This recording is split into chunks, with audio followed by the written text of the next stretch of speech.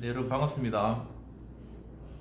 오늘도 교회교회 예배 예전에 관한 내용들 함께 공부하겠습니다. 26번째 강의가 되겠습니다. 함께 주기도문으로 기도하시고 시작하도록 하겠습니다.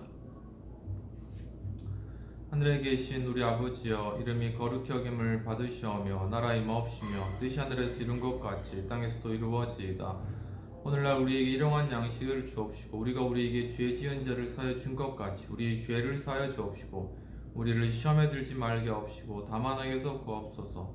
대개 나라와 권세 영광이 아버지께 영원히 있사옵나이다. 아멘. 네, 오늘은 예배 구성 원리와 예배 실제에 관한 내용을 다루도록 하겠습니다. 저희가 지난 시간에는 개혁교회 예배와 예전의 그러한 특징들에 관하여서 말씀 중심 예배라는 것, 그리고 삼위 하나님 주권에 대한 찬양이라는 것, 그리고 예배의 그러한 여러 형식에 있어서 우리가 중요한 형식을 취하고 난 뒤에는 자유롭게 하셨다는 것, 그리고 예배와 여전히 공동체성을 가지고 있다는 것, 그리고 예배의 조화성에 관한 그러한 개혁교회 예배와 예전의 특징에 관한 것들을 우리가 살펴보았습니다.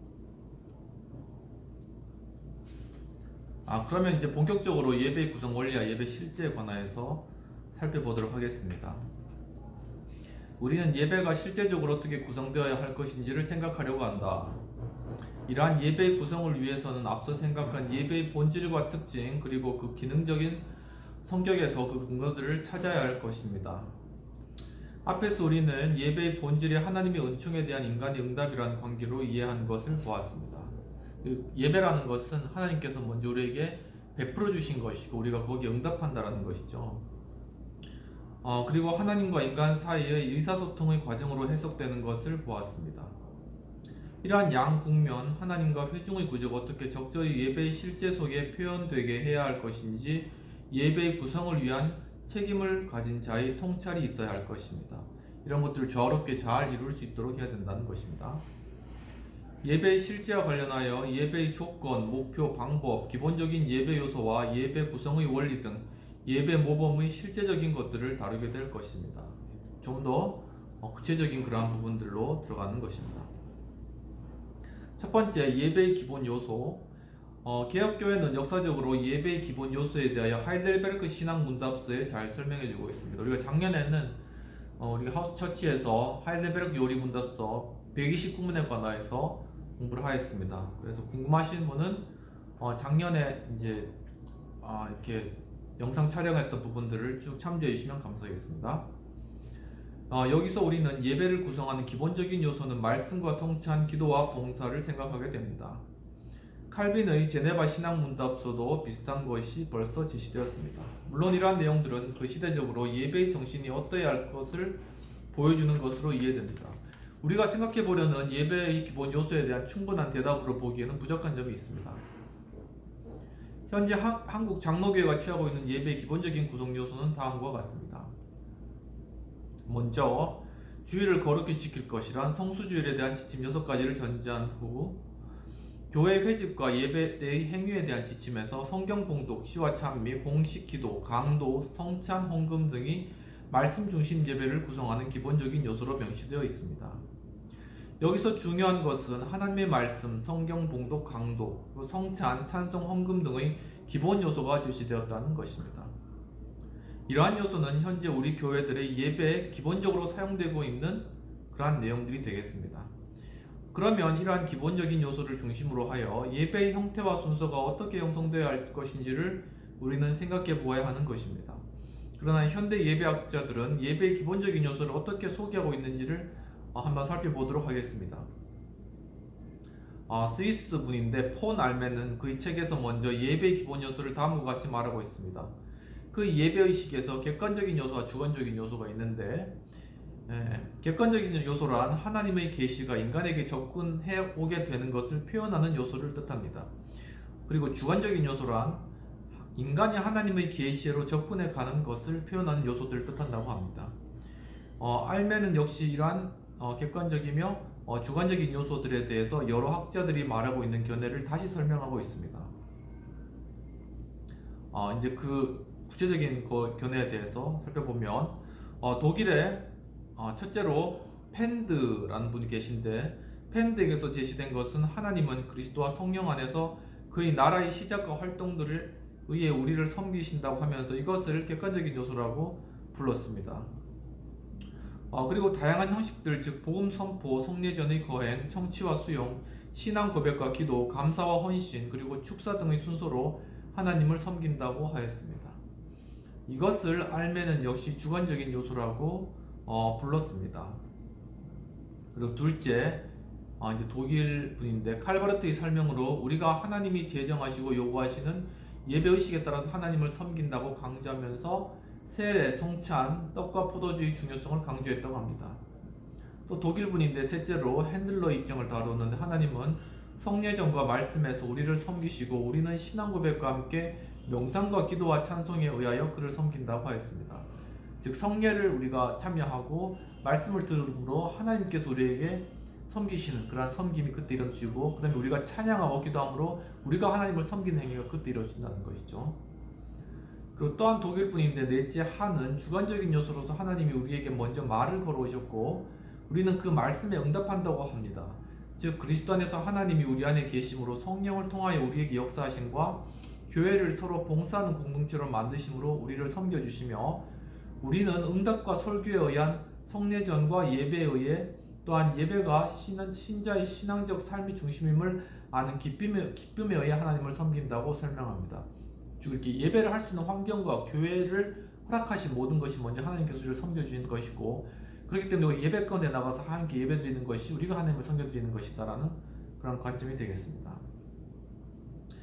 또한 독일 분인데 다섯째로 브루노는 하나님의 말씀과 성만찬에 의해서 우리를 섬기고, 하나님께서는 우리는 복종과 기도, 신앙 고백과 하나님 나라에 의한 열망에 의해 하나님을 섬긴다고 하였습니다. 이러한 해석들은 모두 현대 예배 신학적인 입장들이 예배의 구성 원칙을 하나님의 섬김과 인간의 봉사라는 두 국면에서 어떻게 객관적이며 주관적인 모습이 서로 연결되어 하나의 예배를 형성하고 있는 것을 잘 설명해 준 것들입니다. 필자는 이러한 필자라는 건 우리 정일훈 총장님이십니다.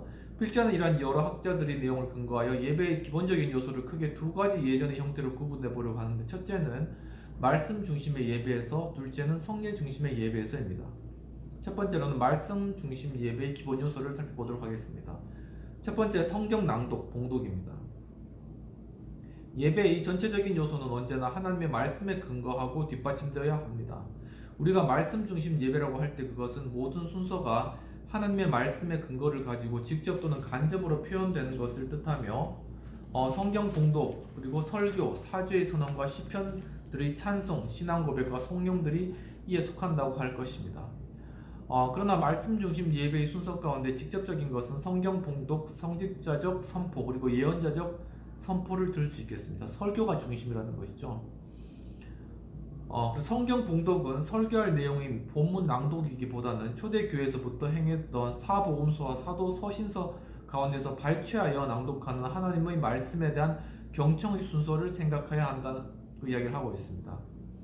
이는 성서 일과라는 말로 우리에게 더 잘 알려져 있는데, 폴 말맨은 이 순서를 가리켜 교육적 선포로 규정하고 있습니다. 예배에서 나타나는 성직자적 선포의 순서들로는 사죄의 선언, 설교 직전 예배 참여자들에게 행하는 삼위의 이름 안에서의 축복의 인사, 그리고 축도 등입니다. 역시 예언자적 선포라는 것은 예배의 중심적 위치에 있는 그날의 설교입니다.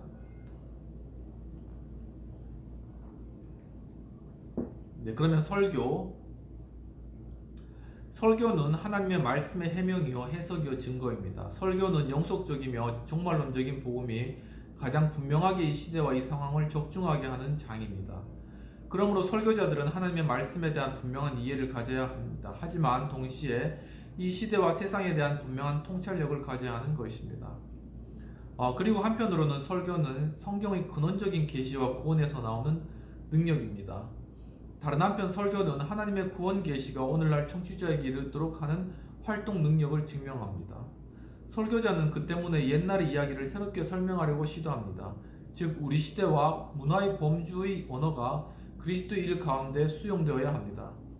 설교는 청취자가 행동으로 옮겨가도록 말씀의 청취가 말씀에 대한 순종이 되도록 도움의 입장을 제시하기를 원합니다. 두 번째로는 기도, 세 번째네요. 기도. 예배에서의 기도는 역시 빼놓을 수 없는 중요한 요소라고 할 것입니다. 기도의 신학적 본질은 하나님을 찬양하고 그 영광을 높이는 일이 있다고 합니다. 기도는 하나님의 영광과 그의 나라를 위한 찬양과 감사로서의 영광의 찬양이 포함된 것입니다. 우리는 주님이 가르치신 기도에서 이러한 기도의 예를 찾을 수 있습니다.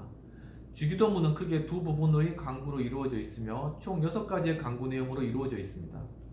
첫 부분의 것은 주의 이름과 그의 나라와 그의 뜻을 이룸에 대한 기도입니다. 그리고 두 번째 부분에서는 인간의 필요를 강구하고 있습니다. 그리고 주기도문은 기독교의 예배가 어떠해야 할 것인지에 대한 본보기적인 기도라고 할 것입니다. 네 번째로 헌금, 봉헌 순서가 되겠습니다. 예배에서의 헌금은 중요한 요소로 취급됩니다. 그것은 역사적으로 항상 그래왔던 것은 아니지만 현재 미국 교회와 한국 교회의 정황을 볼 때 이것은 중요한 요소로 다루어지고 있습니다. 예배 요소로서의 중요성은 특별히 하나님께 예배를 드리는 자의 신앙과 그 마음의 정성을 표현한다는 데 있습니다. 모든 인간의 범사가 다 하나님의 은혜 아래 있음을 인정하는 신앙적인 표현이라고 할 것입니다. 헌금, 봉헌은 우리가 가진 모든 것이 주의 것임을 인정하고 우리 자신을 하나님께 드림에 대한 작은 표현이라고 보아야 할 것입니다. 그러므로 헌금은 헌신의 결단, 주님에 대한 자기 헌신의 적극적인 표현으로 봅니다. 그런데 교회가 헌금을 하는 본뜻은 원래 가난한 이웃을 돌아보는 사랑의 실천에서 시작된 것입니다. 성경적으로는 바울의 선교사에게서 행했던 헌금 강조에서 그 뜻을 발견할 수가 있겠습니다. 역사적으로 교회가 행한 헌금의 목적은 가난한 자를 구제하고 봉사하는 인간적인 사랑의 실천 그것이었습니다. 물론 오늘날 우리의 헌금의 사용 내력은 조직체로서의 교회 운영이 앞서 있습니다. 그러나 앞서 설명한 이러한 정신을 상실할 때 그 헌금은 의미를 잃어버릴 될 것입니다. 우리가 이제 헌금을 받아서 어떤 조직 운영에 대해서 많이 쓸 수 있겠지만은 이제 그것에 앞서서 먼저 이렇게 사람들을 섬기고 가난한 자들을 도와주는 이런 의미로 먼저 쓰여져야 된다는 그런 의미인 거죠. 그런 것들이 잘 쓰여지면서 또한 이런 조직을 운영하기 위해서 그러한 헌금들이 또 일부 쓰여지거나 어떤 교제나 친목을 위해서 또 쓰여질 수도 있겠지만 좀 현재 교회에 있어서 너무 이제 교회 건축 그리고 이제 성장을 위한 그런 비용에 그런 곳에 교회금이 많이 쓰여졌다는 그런 사실은 좀 안타까운 그런 현실이 아닐 수가 없겠습니다. 또한 다섯 번째 찬송. 예배에서의 노래는 처음부터 기독교 예배의 구성 요소였습니다. 그것은 기도처럼 원천적으로 하나님의 구원 행위에 대한 교회의 감사와 찬양의 대답이었습니다. 하나님은 스스로 교회의 찬양에 작용하신 것입니다. 하나님이 우리 마음과 용기를 그의 아들을 통하여 기쁨으로 만들어 주셨습니다. 왜냐하면 그가 우리를 위하여 죄와 죽음과 악마에게서 구원의 길을 열어주셨기 때문입니다. 이러한 사실을 진지하게 믿는 자는 다른 이들이 듣고 믿음에 이르도록 기쁨으로 그것에 대하여서 노래를 해야 하는 것입니다. 교회의 찬송은 노래 부름과 말함을 통하여 복음을 전파하는 일입니다. 이 말은 루터가 한 것으로 전해집니다.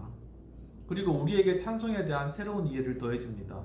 페터 브루노도 찬송을 말씀 전파의 간접적인 형태라고 설명하였습니다. 그래서 이제 홍대 이런 데 가서 이제 버스킹 예배하시는 그런 분들 있잖아요. 찬양하고 그런 것들이 이제 전도의 그러한 역할이 있다는 것입니다. 또한 교회의 노래는 그것이 살아계신 주님에 대한 교회의 신앙의 표현이라면 역시 그것은 신앙의 노래이며 동시에 역시 신앙 고백과도 연결됩니다. 현재 우리 예배 순서에서 가장 많이 사용되는 것이 찬송입니다. 이 찬송 기도와 관련하여 생각해야 할 것들이 있습니다. 찬송을 부르면 2번 기도하는 것이라고 한 오거스틴의 말은 찬송과 기도에 대한 관련성을 더 깊게 이해하게 합니다. 시로 찬송하고 멜로디로 찬송한다는 것이죠. 예배 순서에 특별히 성가대를 통하여 부르게 하는 기도 형태의 노래는 아멘송, 할렐루야송, 봉헌송, 영광송, 송령 등이 있으며 3-4개의 회중 찬송이 있고 성가대가 특별히 준비하여 예배에 부르는 노래를 합하면 상당한 비중을 이 찬송이 차지하고 있다는 사실입니다. 그리고 폴 알멘은 교동문의 낭독이 찬송에 속하는 것이며 원래 유대교의 시편 교송에서 이어받은 것으로 보며 역시 이 순서가 성도와 사회자 간의 교제의 성격을 지닌 것으로 해석하였습니다. 그러나 이것은 오히려 하나님의 말씀의 낭독에서 유래된 것으로 이해하여 말씀 안에서 주님과 교제하는 것으로 이해하는 것이 더 적합할 것으로 여겨집니다. 우리 6번째는 축복의 기원, 축복기도가 되겠습니다. 축복의 기원은 글자 그대로 하나님의 복을 기원하는 것입니다. 우리의 예배에서의 순서는 축복 기도라고 명하고 있으며 흔히 줄여서 축도라고 부르기도 합니다. 그러나 실제로 축도라고 했을 때 빌축자와 빌도자로만 형성되어 있기 때문에 그 말이 무슨 뜻인지 분명하지 않습니다. 차라리 그런 말로 표현하기보다는 축복의 기원이라고 부르면 좋을 듯합니다. 이 순서는 예배의 마지막에 따로 무슨 복이 주어지도록 비는 행위라기보다는 예배의 끝마침의 의미와 예배 자체가 하나님이 베푸신 복이며 동시에 예배와 함께 하신 삼위의 하나님이 범사에서도 함께 하실 것을 확약하는 예배의 마지막 인사라고 할 것입니다. 이는 하나님이 하늘의 복을 받을 자를 새로운 삶의 상황인 세상으로 내보내시며 새로운 과제를 위하여 일할 곳, 즉 세상으로 파송하는 의미를 가집니다. 예전적인 인사와 축복은 성경적으로는 하나님의 살롬과 평화가 함께하기를 기원하며 하나님의 복을 비는 것입니다. 이러한 축복은 믿음으로 받아야 하며 예배에 참여하는 자들은 영적인 힘을 얻게 되며 신앙의 새로운 결심과 각오로 주의 일을 위하여 봉사할 것을 준비하게 되는 것입니다. 그리고 이 축복은 인간 개개인에게로 향한 인격적인 것이기 때문에 예전에서 축복 기원을 행하는 예배 인도자는 양손을 들어 팔을 벌리고 안수한 형태로 이렇게 행하게 됩니다. 이러한 축복의 행위는 원래 구약 성경에서 하나님의 행위와 관련되어 있으며 살아있는 모든 피조물이 복되게 하는 것입니다. 특별히 아브라함과 그의 후손들에게 그리고 하나님의 언약의 백성과 그에게 속한 권속들에게 행하는 하나님의 복이 베풀어짐을 뜻합니다. 그러한 복은 자녀와 농사와 가축의 열매와 가산의 번영, 안녕, 건강, 삶의 충족, 보호와 구원 등과 같은 것들이었습니다. 이러한 축복이 주어지고 영접되는 원천적인 장은 족장시대에는 역시 가족과 가정의 형태에서 이루어졌던 것입니다. 그러나 후의 예배, 특히 성전의 예배는 마지막에 백성과 땅에 대한 축복이 중심을 이루었습니다. 축복의 부여자와 책임자는 역시 하나님 자신이었습니다. 역시 후에 하나님은 한정된 자들에게 축복의 권능을 부여하십니다. 그리고 가정의 아버지들에게 하나님의 이름으로 그의 이름으로 축복하도록 허락하십니다. 또한 영적인 백성의 지도자들에게 축복권을 허락하셨습니다. 예를 들면 모세, 여호수아 후의 왕국 시대에서는 왕들에게 부여했던 것입니다. 그리고 레위인들의 이 제사에 대한 성직을 통하여 축복하게 하셨던 것입니다. 이러한 일에 아론은 그 대표적인 인물이라고 할 것입니다. 하나님의 복을 비는 행위는 예수 그리스도 안에서 그의 구체화와 성취 그리고 완성을 경험합니다. 즉 축복받은 자가 동시에 축복하는 자가 되는 것입니다. 그리스도의 전 사역은 그가 축복하러 보내심을 받은 것에 집약되어 있습니다. 왜냐하면 아브라함의 축복이 그리스도 안에서 성취되어 있기 때문입니다. 즉 축복의 내용은 그의 용서와 구원과 살아있는 자로 새롭게 창조하는 구원이 현재인 것입니다. 예수가 십자가의 죽임을 당한 후에 다시 모인 제자들에게 부활한 자로 나타나 행한 그의 축복의 인사는 그 제자들로 하여금 이러한 살아있는 구원의 실제를 확실하게 보여주기 위함이었습니다. 그리고 그의 교회와 마찬가지로 그의 제자들은 그의 축복의 권능의 몫을 얻게 된 것입니다. 바로 거기에 교회가 축복하는 행위의 근거가 놓여 있는 것입니다. 이제 예배에서의 인사한 말과 축복은 희미한 말이 아니라 살아계신 주님의 현재적인 구원의 은혜를 실제로 중지하는 약속입니다. 이 약속을 통하여 생명을 이루며 구원하는 그리고 새롭게 하는 구원의 행위가 인격적으로 적용됩니다. 구원은 전시적인 것이 아니라 실제로 전달되는 성격을 가진 것입니다. 기도 마치겠습니다. 하나님 아버지, 참 오늘 귀한 예배의 전 공부할 수 있도록 인도하시는 감사합니다. 이와 같이 참 저희 삶 가운데 온전한 예배와 찬양으로 주 앞에 영광 올려드리고 모든 수소 순서 주님의 크신 은혜로 함께해 주옵소서. 감사하고 예수님 이름으로 기도합니다. 아멘. 영원 참여해주셔서 감사합니다.